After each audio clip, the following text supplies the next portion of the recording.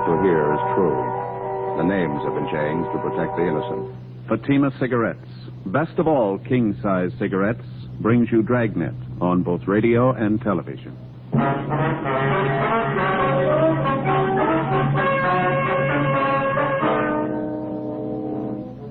You're a detective sergeant. You're assigned to homicide detail. A man is shot down in the street of a residential neighborhood. He's critically wounded.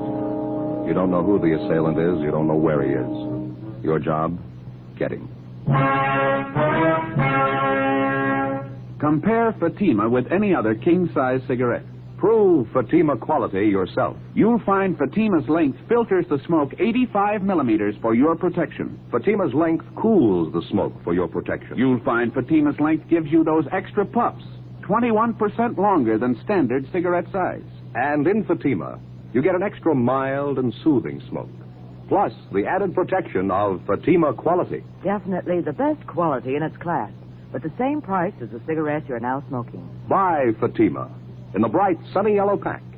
Best of all, king-size cigarettes.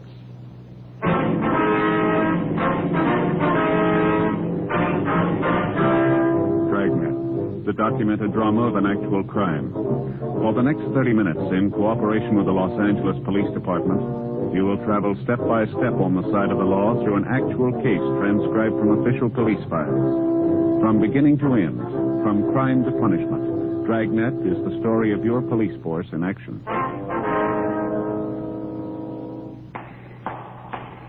It was Thursday, January 20th. It was mild in Los Angeles. We were working the night watch out of homicide detail. My partner's Ed Jacobs. The boss is Thad Brown, chief of detectives. My name's Friday. I was on the way back from dinner, and it was 9:57 p.m. when I got back to the city hall, room 42, homicide detail. Hi, make it in time? No, they were closed up. That's too bad. Where'd you eat? Well, that cafeteria down the street was terrible. Nothing at all, huh? Well, I figured I'd be safe with a corned beef hash. Even that wasn't much. Soggy, you know. Probably standing all day. That's too bad. I asked Johnny if he'd stay open a couple of minutes late. Told him you were coming right over. The place was closed tight when I got there. Couldn't raise any money. Tough luck. Sharp ribs are really good tonight. Some great pie, too. Boysenberry. Best ahead, anyway. Say, you got any of those bicarb pills in your locker? I could sure use one. I'm afraid not. Gave the last one to Gene Bechtel tonight. Oh. He ate at the cafeteria, too. Hi. Hi, what do you say? Any phone calls for me yet? Muriel down at the staff's office called. That run you asked for, they got it ready. It was the only call, huh? Yeah. What is it, Al? Something wrong? No, why? You've been moping around like you lost your best friend. What's the matter? You mad at the world? No, just my in-laws. The wife had her father and mother over for lunch today. The old man's getting to be a real pain in the neck. Don't get along with him, huh? I keep trying to. Doesn't seem to do much good. All he can think of is money. It's all he can talk about. Why let it bother you? My in-laws have been talking about it for years. Forget it. He won't let you. Then he puts his foot inside the front door. It's the first thing you hear. Crusty old guy. That pipe he smokes enough to knock you over. Why don't you duck out when they come over? Tell them you got a call. You have to go to work. Well, the wife's onto that one. She makes me hang around. Keeps telling me her father and mother like me. You never know it. The old guy's a real tyrant. See, the wife comes from a big family. Every time I see her old man, he has to make a point of telling me how smart his other sons-in-law are. How much dough they're making. Yeah, see.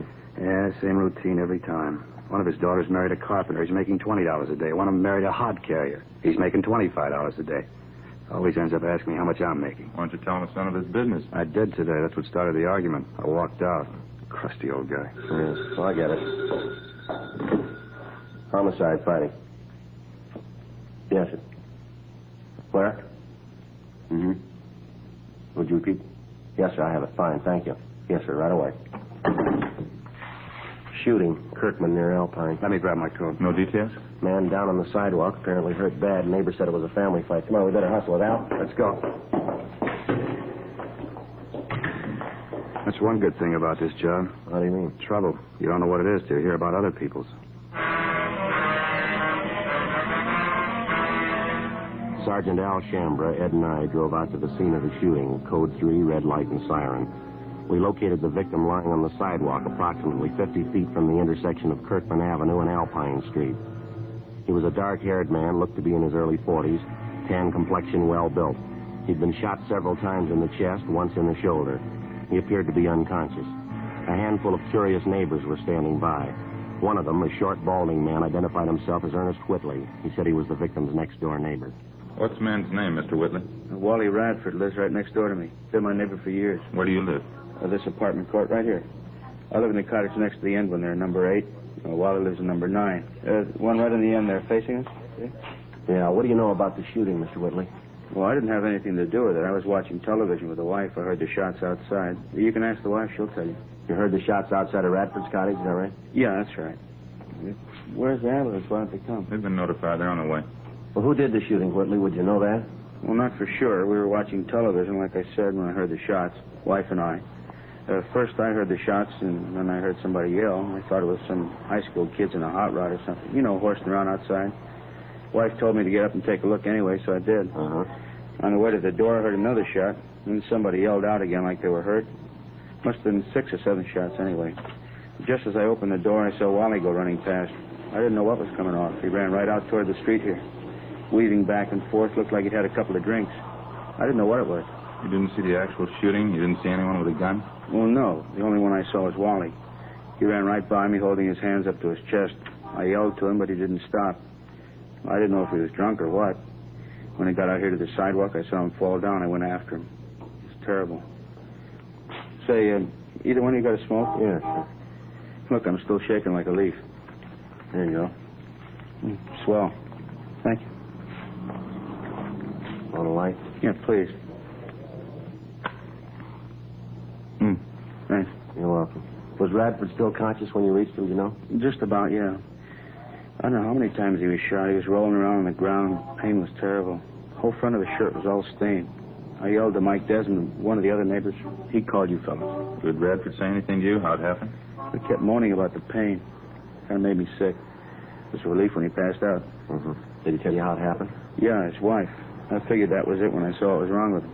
He told you his wife shot him? Well, they had a big fight today, Wally and his wife. Started this afternoon, been going on all day, all night, yelling at each other, throwing things around. I never expected this, though. Something must have snapped. She must be out of her mind. Where's his wife now? I don't know. Still back in their cottage, I guess. I've been here since the shooting. I didn't see her leave. Joe? Yeah. We got our hands full. Now, what do you got? Just talking to one of the neighbor women back in the court here. She said that Mrs. Radford phoned her about 5 minutes ago. Identified herself as the victim's wife, cottage number 9. What did Miss Radford want with the neighbor? She said she was giving fair warning. She wanted her to pass the word along. What do you mean? Claims she's going to kill anybody that comes after her.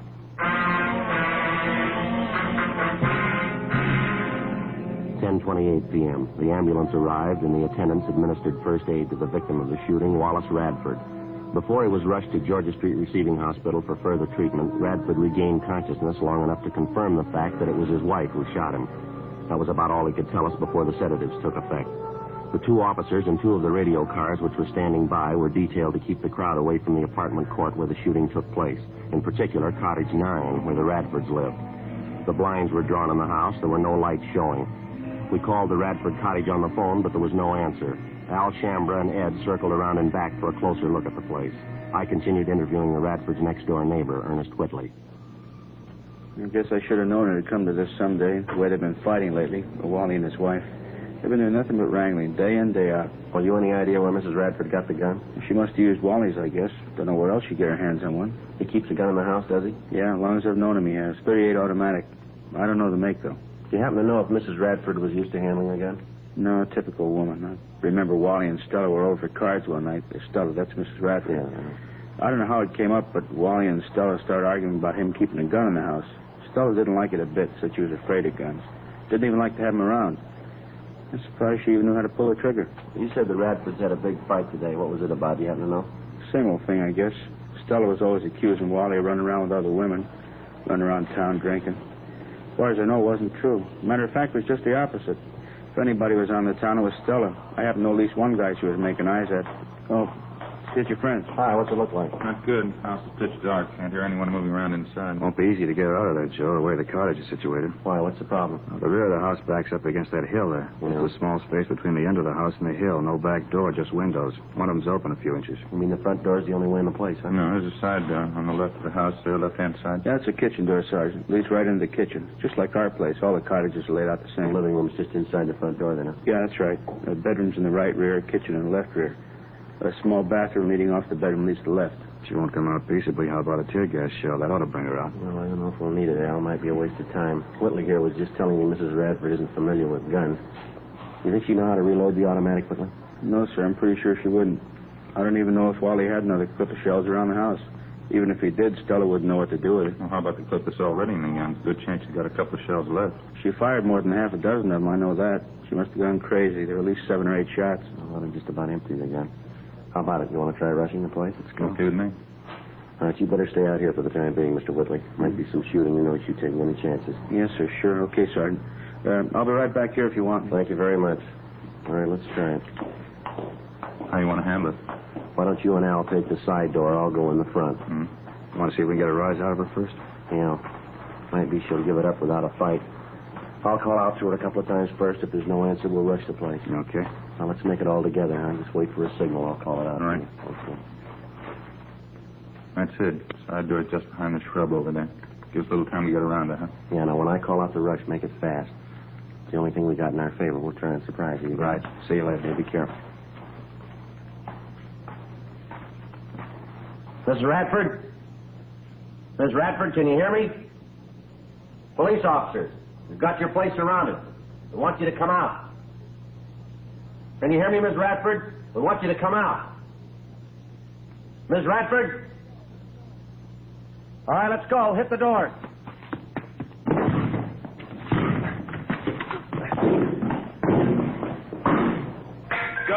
Joe, you all right? Yeah, what about you? In the kitchen. It's empty. Okay, just a minute. Living room's empty, not in here. And in the bedroom. Nothing here. Yeah. How about that? Hey, Joe, back here. Where are you? Bedroom, straight back. All right. Have a look. Did you check the bathroom and all the closets? Everything. She's gone. 10:46 p.m. We double-checked the cottage, all the buildings, and possible hiding places adjoining the Radford house, and then we combed through the immediate neighborhood around the apartment court. There was no trace of the suspect, Stella Radford. In the apartment, we found a picture which neighbors told us was a good likeness of Mrs. Radford. Al Shambra got to a phone, called the office, and a local broadcast and an APB was gotten out on her. We figured she probably slipped out of the house without being noticed during the general excitement immediately after the shooting. Her phone call to one of the neighbors warning that she'd kill anyone who came after her only served as a stall to give her more time for a getaway. 10:55 p.m. Ray Pinker and the crime lab crew arrived and began their preliminary investigation. Judging from the bloodstains found on the furniture and the rug in the living room and on the front steps of the cottage, Radford had first been shot while he was in the living room, and then apparently he ran out the front door to escape the gunfire. A trail of 7 empty shells ejected from a .38 caliber automatic seemed to indicate that his wife followed him out the front door, still firing at him as he tried to get away. We checked the apartment court garage, but the Radford's car was still there. We remained at the apartment court interviewing the neighbors and trying to get a line on some of Mrs. Radford's known friends and associates. Joe, how'd you make out? Not much, Al. The neighbor I talked to hardly even knew the Radfords. How about you? Not much better. The only apartment up the way name's Joanne Taylor. She told me she knew Radford's wife fairly well. Says she has a sister in town. Doesn't have any idea where she lives, though. How about the boyfriends Mrs. Radford's supposed to be running around with? She know anything about that? She thinks she was doing a little running around. She doesn't know who the men are, though. Hear anything about Radford's condition? Yeah, I checked with Georgia Street a couple of minutes ago. It's pretty critical. I don't know if he's going to make it or not. Joe, Al, back here, hustling. Come on. What do you got? Radford's neighbor next door, Whitley's. Just got a call from Ms. Radford. She's talking to Mr. Whitley on the phone right now. Let's go. I don't know what this is all about.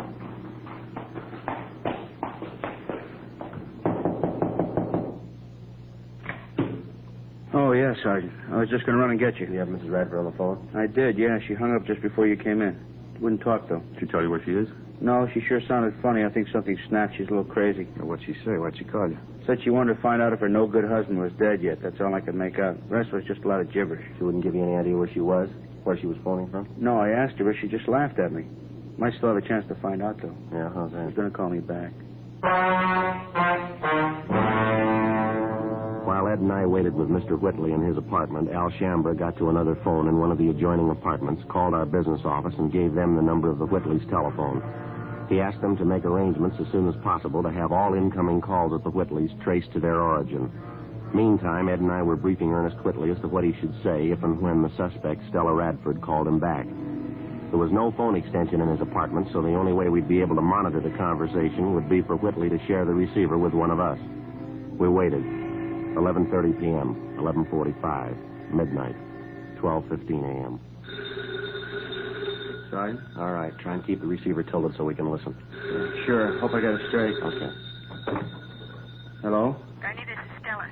Did you find out what I told you to? Yeah, I called the hospital. Wally's a lot better. It's not as bad as I thought it was. What do you mean it's not bad? You trying to kid me? No, it's the truth, Stella. It's not half bad at all. Wally's going to be all right. Couldn't be. I shot him 4 or 5 times. How could he be all right? Look, I didn't say he was all right. I said he was going to be all right. Look, it's nothing serious. Not half as bad as they thought. You're lying. You know you're lying, Ernie. Look, come on, snap out of it, will you, Stella? It's going to be all right. Wally forgives you. Believe me, he does. Now, look, why don't you come home? We'll get the whole thing straightened out. There won't be any trouble. Why don't you stop trying to kid me? It's not going to be all right. I've seen the last of you and the last of Wally. Stella. I'm with my boyfriend now. We're getting out of town. Now, wait a minute, Stella. Use your head, huh? Don't go rushing in anything. You don't have to tell me. I know what I'm doing. I don't care if that dumb husband of mine lives or dies. But just tell him he'd better not try to follow us. Oh, Stella. My boyfriend's an ex-con. He's got a gun and he knows how to use it. Well, Stella, will you listen a minute? You can tell that to the cops, too, in case they're going to follow us. If they try and stop us, and they're going to have a fight in there. Look, you keep talking. Will you listen for just a minute? Where are you now? Let me come down and talk to you. Not a chance. Just be a waste of time. I'm leaving with my boyfriend in half an hour. You can tell Wally I hope he does. Wait a minute, Stella. He gave me a message for you, honey. He left something with me. He wants you to have it. What? His wallet. He gave it to me just before he left for the hospital. Got $94 in it. Says he doesn't care what you think of him. He wants you to have the money. $94? Yeah. He didn't have that much money with him. Where'd he get it? Well, I don't know anything about that, but it's right here in his wallet, just the way he gave it to me. He wants you to have it. That's all I know. I don't get it. He didn't have that much money. Well, what do you want me to do? Take it back to him? Tell him you didn't want it? Look, give the guy a break, huh, Stella? It's the only way he's got to show you how he feels about you. Stella? Isn't that right? Well, how about it, Stella? You got the money with you? I told you, yeah. Pick it up any time you want. No. You bring it down here. I'll pay your cab fare, buy you a drink. You can meet my boyfriend. Yeah. Just a minute. Stella? Hello, Stella? Yeah? It's about 12:30 now. I'll be down here in half an hour, huh? Uh-huh. I'm in a bar right on the corner. You can't miss it. Where? What corner? 9th and Avalon. As soon as the suspect, Stella Radford, hung up, we went to the apartment cottage next door where Al Shambra was on the phone in constant communication with our business office. He told us that somehow there'd been a slip-up. They were unable to trace the call to its point of origin. 12:36 a.m. According to plan, Ernest Whitley left his apartment, called a taxi, and headed downtown to keep his appointment with the suspect, Stella Radford. Ed Jacobs and Lieutenant Tony Ruiz from Homicide followed him. Al Shambra and I stood by at the apartment. More waiting. 1 a.m., 1:30, 2 a.m. Think they'd call us anyway. Wonder what the hitch is. Well, it's kind of hard to figure, Al. It's either a bum steer or they ran into some kind of trouble, maybe. And Mrs. Radford, she really warmed up to the idea when the money was mentioned. Well, apparently, yeah. I was listening in when Whitley gave her the story. She seemed to go for it. It's kind of hard to tell. The way this whole thing shapes up, she can... Might be them now. Give a look. Joe? Oh, yeah, Ed. What happened? How'd it go? We covered the bottle closing, cruised the neighborhood, gave her plenty of time. Yeah. No luck, she didn't show.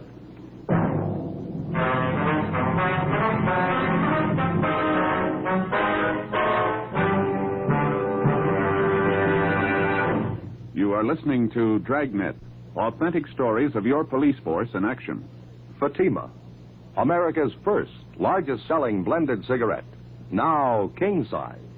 The only king-size cigarette that makes you this money-back guarantee. Buy a pack of Fatimas.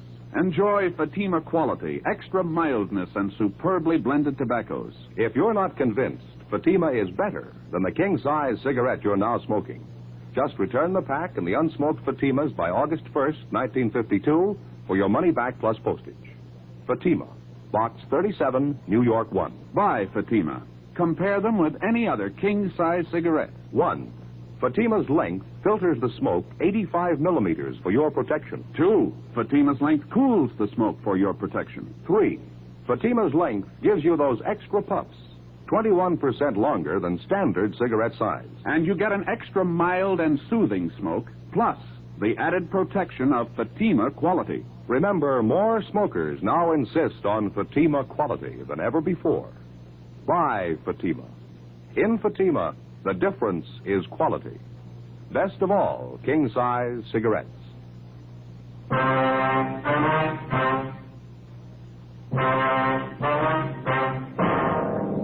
Friday, January 21st, 2:28 a.m. With the failure of the suspect, Stella Radford, to keep the date with her next-door neighbor, Ernest Whitley, at the Avalon Boulevard bar, we reached a temporary stalemate. Despite the fact that checks were made at all restaurants, bars, and other business places in the vicinity of 9th and Avalon open that time of night, There was no report or trace of the suspect. While the search continued, we stood by at the Whitley apartment in the hope that Mrs. Radford might call back. A check of our Records and Identification Bureau failed to turn up any record on either the victim or the suspect, his wife. Ed called Georgia Street Receiving Hospital again, but there was no change. Wallace Radford's condition was still critical. At 2:35 a.m., Stella Radford telephoned again. While we listened in, she told Whitley that she'd had no intention of keeping that appointment with him at the Avalon Boulevard bar. She told him that she knew he was working with the police, that she saw officers follow Whitley to the bar where they were supposed to have met. She again warned him of the consequences in the event anybody tried to apprehend her. After she hung up, we checked with the business office, and they told us that the calls had been coming from a telephone prefix which was impossible to trace. 10 minutes later, Whitley got another call from the Radford woman. The conversation went on for the better part of 20 minutes. She didn't seem to make much rhyme or reason. Her only concern was the condition of her husband, whether or not he was dead. She hung up abruptly, but 15 minutes later, she called Whitley again. Look, Stella, I told you there isn't going to be any trouble. Now, why don't you go and see Wally? He's lying down there in the hospital. He wants to see you. How about it, huh, Stella? Is he dead or not? That's all I want to know. My boyfriend and I are leaving first thing in the morning. I want to find out before I... Why don't you at least give me a chance to talk to you, Stella, huh? We've been good friends. You know I wouldn't do anything to hurt you. You or Wally. Now, let me talk to you, huh? There's nothing to talk about. If you got anything to say, you can tell me now. All I want to do is find out I about Wally. told you he's hurt, but he's going to be all right. It's not serious. Stella? Why don't you stop lying to me? But I'm not lying, Stella. I wouldn't lie about something like that. What's the matter with you anyway? You been drinking? What's it your business? You're not kidding me, Artie. You're trying to help the cops. Don't you think I know that? What kind of a fool you think I am? But I'm trying to help, Stella, that's all. Sure, you're trying to help. Not me, though. You're trying to help the cops. I know they're with you. When we made that date to meet at the bar, you told them all about it. No. You left the house and they left right after you. I know all about it. No, you got it wrong, honey. I'm trying to help both of you and Wally. I'm trying to help the best way I know how. Now, why don't you come home? I told you we'll straighten the whole thing out. There won't be any trouble. Don't hand me that. I said we're leaving town, me and my boyfriend. Now, what about that money? $94. She said Wally wanted me to have. Yeah, that's right. He does. Now, how can I get it to you if you don't trust me? Get away from the cops, that's all. Oh, Stella. Maybe I could use the money, but I'm not giving myself up. But you're wrong about the cops, Stella. Believe me, you are. Now, why won't you let me meet you someplace? Any place you want, just let me talk to you. How many times do I have to tell you there's nothing to talk about? All I want to know is about Wally. Is he dead yet? But I told you, he's not dead. He's going to be all right. But why can't you believe me? It's not what they thought. Wally will be okay. Ed, Yeah? in the next room. But what for, Stella? Why? Now, come on, snap out of it, huh? No, it's the truth, so help me. Yeah, what's the matter? Well, it just happened to strike me. You hear that streetcar that just went by a minute ago? Yeah, I did. Why? Did you notice a little before that when we were listening on the phone? Sounded like the same thing coming over the line, didn't it? Yeah, come to think of it, it did. Matter of fact, I heard it a couple of times coming over the phone. It's pretty regular. Yeah, that's what I mean. Streetcars have been passing by here regularly, too. Not much of a time lapse, either. Not much more than a minute. Mm-hmm. Well, I mean between the time when we hear it over the phone and the time the streetcar actually passes this place. Yeah? Well, if we've got the right angle, there's only one way to figure here. She's phoning from somewhere in the neighborhood, and she's fairly close, wouldn't you say? Where do we start looking? Well, car tracks only run two ways. 3:30 a.m. Ed and I went back into the next room and continued to monitor the conversation between Whitley and Mrs. Radford. Whitley seemed to know how to keep the suspect talking, even though the purpose of her conversation seemed to make little or no sense. At 3:42 a.m., while we listened in, on the other end of the line, we again heard the sound of a streetcar approach and pass. Ed checked his watch. Approximately 1 minute, 38 seconds later, we heard a streetcar pass by in front of the apartment court. Before Ed and I left, we jotted down a note for Whitley asking him to keep Mrs. Radford on the line just as long as possible. We got in the car and drove north along the car tracks at about the normal speed of a streetcar. 1 minute and 38 seconds of driving brought us a distance of little more than 8 blocks. It was on the fringe of a park area. There were only 3 residential buildings in the immediate vicinity. There were no lights showing in any of them. We checked the location for public telephones, but we found none. 4:15 a.m., we turned around, drove back to the apartment court, and using the same timing procedure, 1 minute 38 seconds at 25 miles an hour, we drove along the car line in a southerly direction. Sure not much of a choice. Bars are closed, most of the restaurants. No lights burning on this block. A few up ahead there in the next block, Ed. Yeah. That'll come pretty soon, doesn't it? Yeah, it's a minute right now. I can't see how we'd be wrong on it, can you? Too much to write off is just a coincidence. A minute 15 seconds. A minute 20. Better slow down, huh? Yeah. What do you think? Well, it's a service station across the street. It's closed up. Well, a lot of them have outside payphones, don't they? You see any? No. None on this side. Let's see, I'll pull up in there, huh? Yeah. There's a phone booth in the back there. There's no lights, though. Looks like somebody in it. Yeah. Looks like a woman. Yeah, it is. Come on. All right, hold it up, lady. She's running for it, Joe. All right, come on. Come on, hold it up, lady. Police officer. Let go. Let go of me. What do you think you're doing? Police officers, lady. Here's our identification. I'd like to talk to you. You leave me alone. Just leave me alone. That's all. I don't have to talk to you. Your name's Stella Radford, isn't it?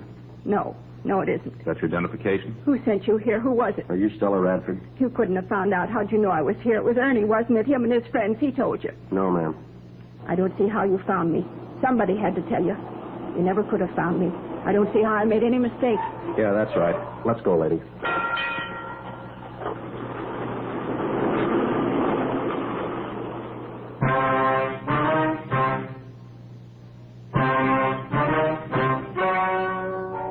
The story you have just heard was true. The names were changed to protect the innocent. On April 16th, trial was held in Superior Court, Department 88, City and County of Los Angeles, State of California. In a moment, the results of that trial. And now, here is our star, Jack Webb. Thank you, George Fenneman. Friends, as you know, Fatima Cigarettes makes it possible for us to bring you this Dragnet series. And each week, of course, we set aside a couple of minutes to tell you about Fatima's. We've already told you why we believe Fatima is the best of all king-size cigarettes. The rest is up to you. I suggest you buy a pack of Fatimas and compare them yourself. Fatimas give you an extra mild and soothing smoke, plus the added protection of Fatima quality, something no other cigarette has. Look for that bright, sunny yellow pack tomorrow and try Fatima.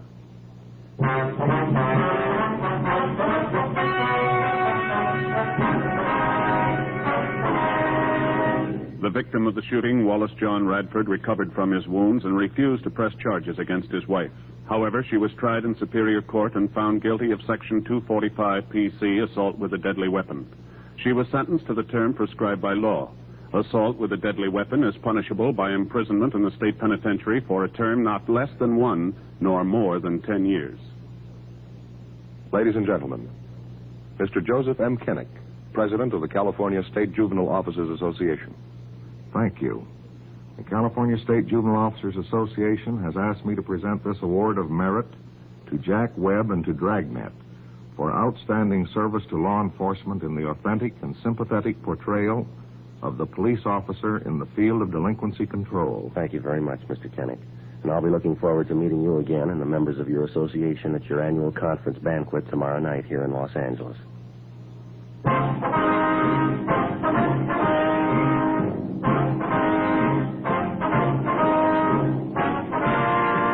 You have just heard Dragnet, a series of authentic cases from official files. Technical advice comes from the Office of Chief of Police W.H. Parker, Los Angeles Police Department. Technical advisors Captain Jack Donahoe, Sergeant Marty Wynn, Sergeant Vance Brasher. Heard tonight were Barney Phillips, Herb Ellis, Jack Crucian, Helen Cleve. Script by Jim Moser. Music by Walter Schumann. Hal Gibney speaking. Fatima Cigarettes, best of all king-size cigarettes, has brought you Dragnet, transcribed from Los Angeles.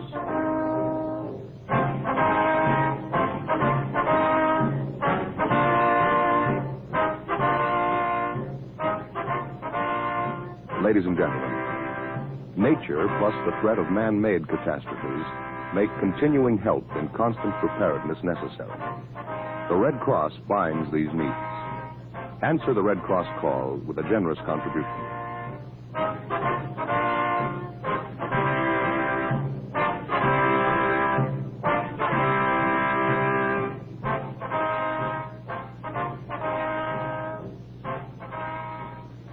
Next, it's Mr. Keene, Tracer of Lost Persons on NBC.